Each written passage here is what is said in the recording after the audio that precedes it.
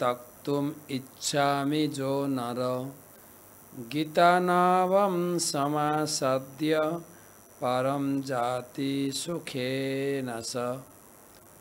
যদি সংসার সুখে অতিবাহিত করতে চাও গীতারূপ নৌকায় উত্তরণ করো। তো আজকের গীতা পাঠ দ্বাদশ অধ্যায় ঊনবিংশতি শ্লোক।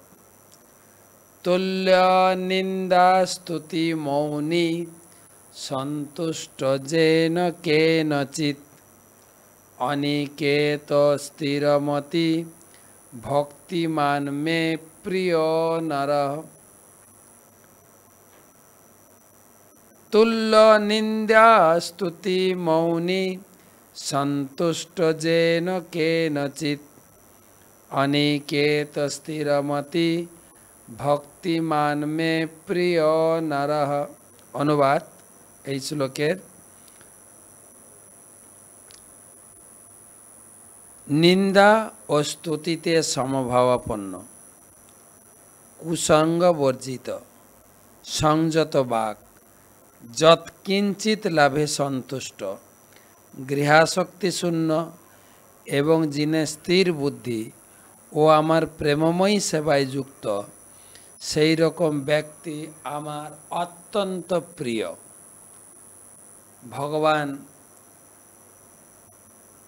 13 শ্লোক থেকে 13 শ্লোক থেকে ভক্তের গুণাবলী বর্ণনে পঞ্চমুখ তিনি বলছেন, আমার ভক্ত আমার এত প্রিয় কেন জানো? তাকে নিন্দা করো আর স্তুতি করো, প্রশংসা করো বা নিন্দা করো, তার কোনো বিকার নেই। কেউ প্রশংসা করলেও অত্যন্ত ফুলে ফেপে যান না, আর কেউ নিন্দা করলেও তিনি ভেঙে পড়েন না বা রেগে যান না। তাহলে আমরা ওই স্তরে রয়েছি কি? প্রশংসা করলে যেরকম আনন্দ হই, নিন্দা করলেও সেরকম আনন্দ হই? তাহলে আপনি ভক্ত।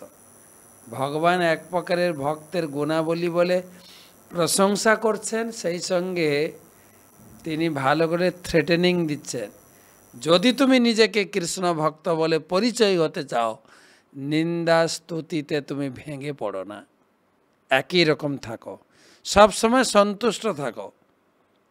তোমার জীবনে ভালো কিছু আসুক, খারাপ কিছু ঘটে যাক, সব ভগবানের কৃপা, সন্তুষ্টি। আর অনিকেত, তার নিজস্ব কোনো আশ্রয় নেই, ঘর বাড়ি কোনো কিছু আশ্রয় নেই, ভগবানের উপরে নির্ভরশীল। যদিও তিনি ঘরে থাকেন বলে এটা গোবিন্দের বাড়ি, গোবিন্দ যতদিন আমাকে রাখবেন ততদিন আছি। অনিকেত, স্থিরমতি, কোনো মতে ভক্তিপথ থেকে সে বিচ্যুত হবে না।